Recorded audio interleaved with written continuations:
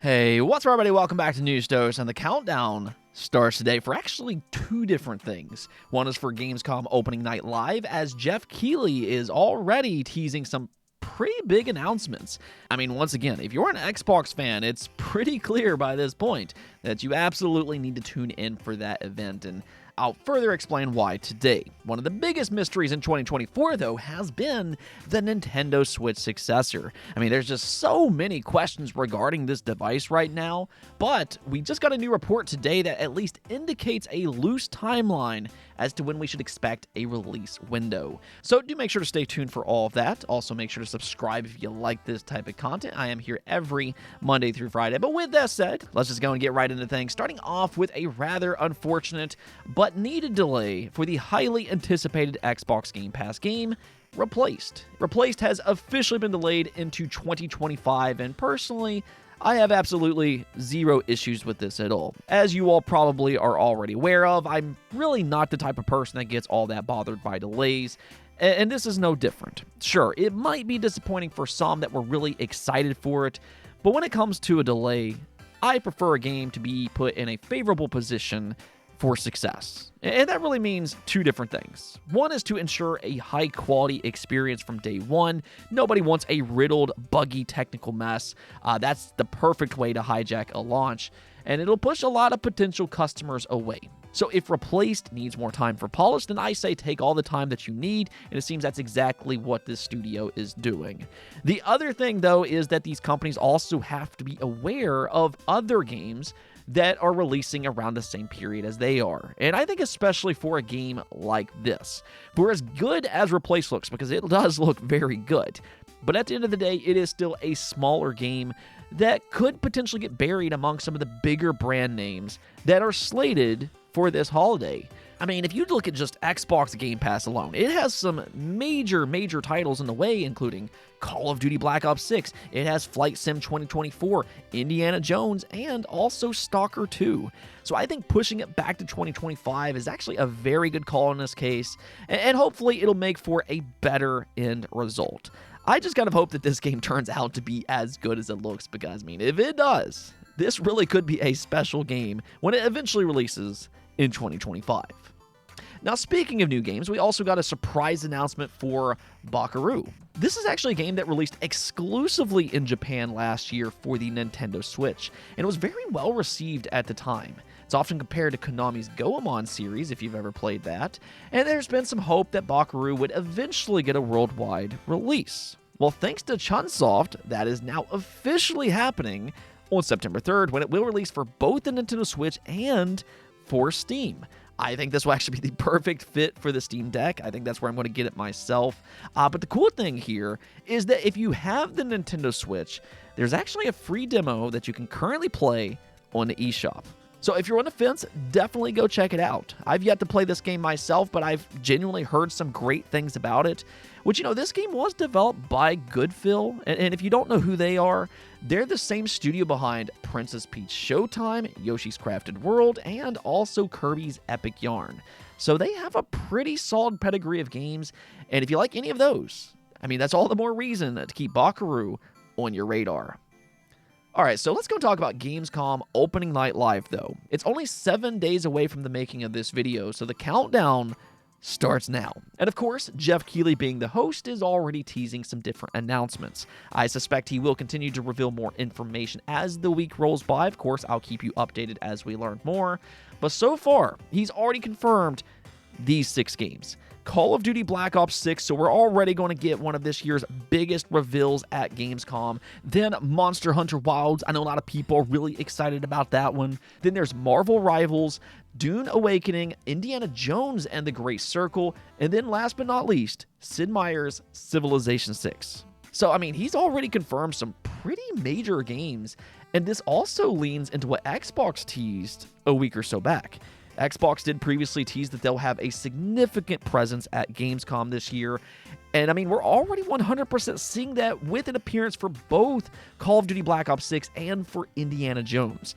Those are probably their 2 biggest games planned for this holiday, and the thing is that I'm fairly confident that this isn't everything that Xbox has planned for Gamescom opening night live. My prediction is that Xbox is going to lift the lid on all of their games that currently doesn't have release dates for 2024.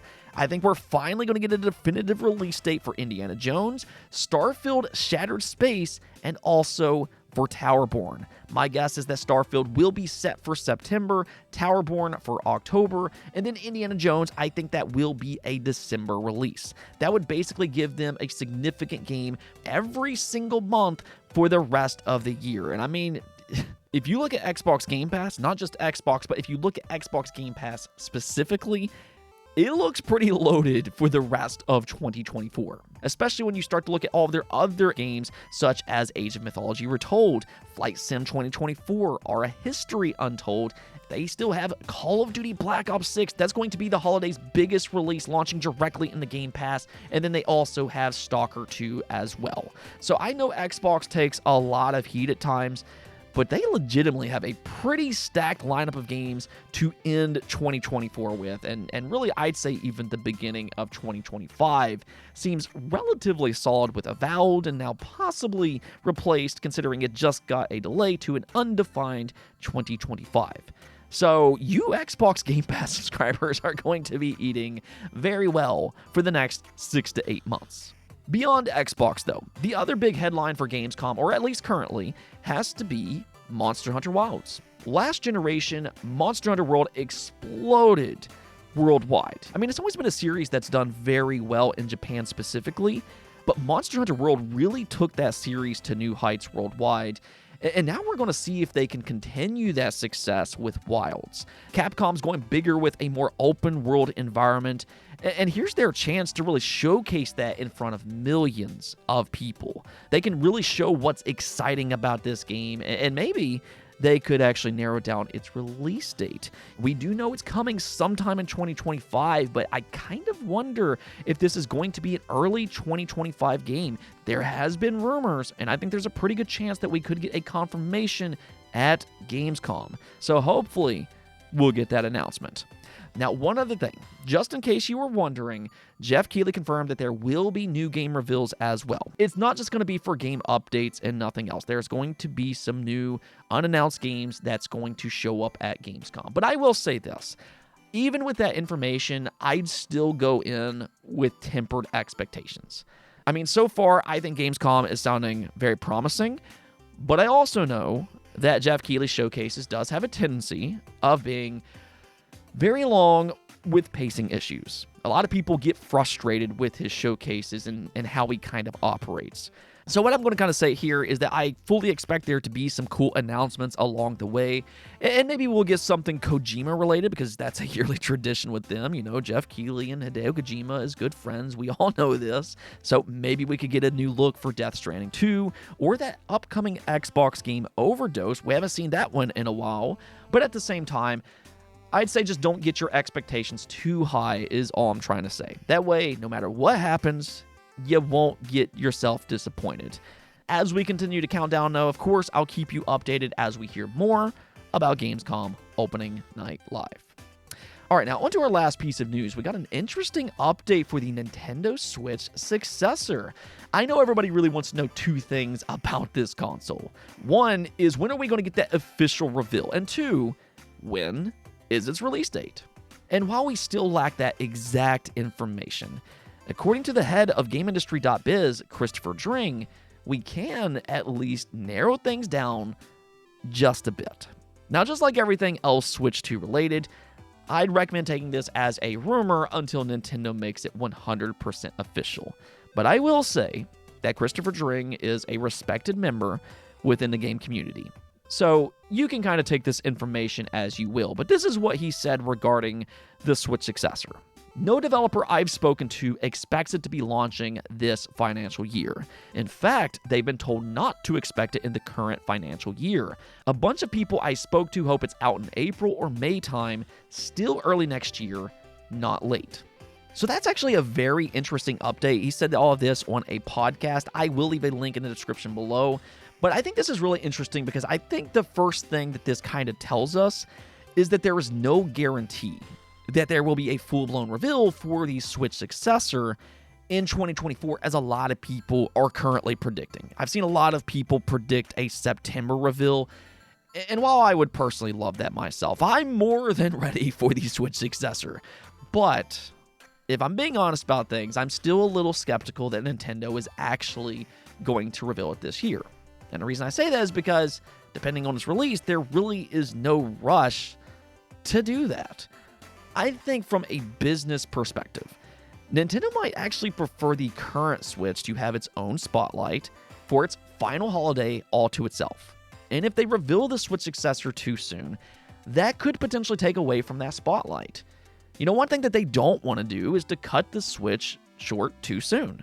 So hypothetically, with that in mind, let's just go ahead and say that Christopher Dring and his sources are correct, that the Switch 2 will release in April or May of 2025. I think that would be the best case scenario. At the bare minimum, it seems like there is hope that could be Nintendo's plan. And if it is, then I think an early 2025 reveal suddenly becomes a lot more realistic. That would still give Nintendo several months to build up hype and to put together a marketing campaign. And that could all start in January with a full-blown reveal, which will also include the Switch 2 launch lineup. This would be a great way for them to start 2025 that would also still allow the current Switch to have its own spotlight for its one last holiday to itself. And that's kind of the way I'm looking at this. But let me know what you all think about all of this. Are you expecting Nintendo to reveal the Switch successor in 2024, or are you expecting them to reveal it in 2025? I think for me, no matter what happens, as long as we don't have to wait until late 2025 to get our hands on it, that's the worst case scenario, I think, by this point. But as long as that doesn't happen, then I'll be okay either way. Anyways, though, that's going to be it for this episode. But until next time, subscribe and peace out.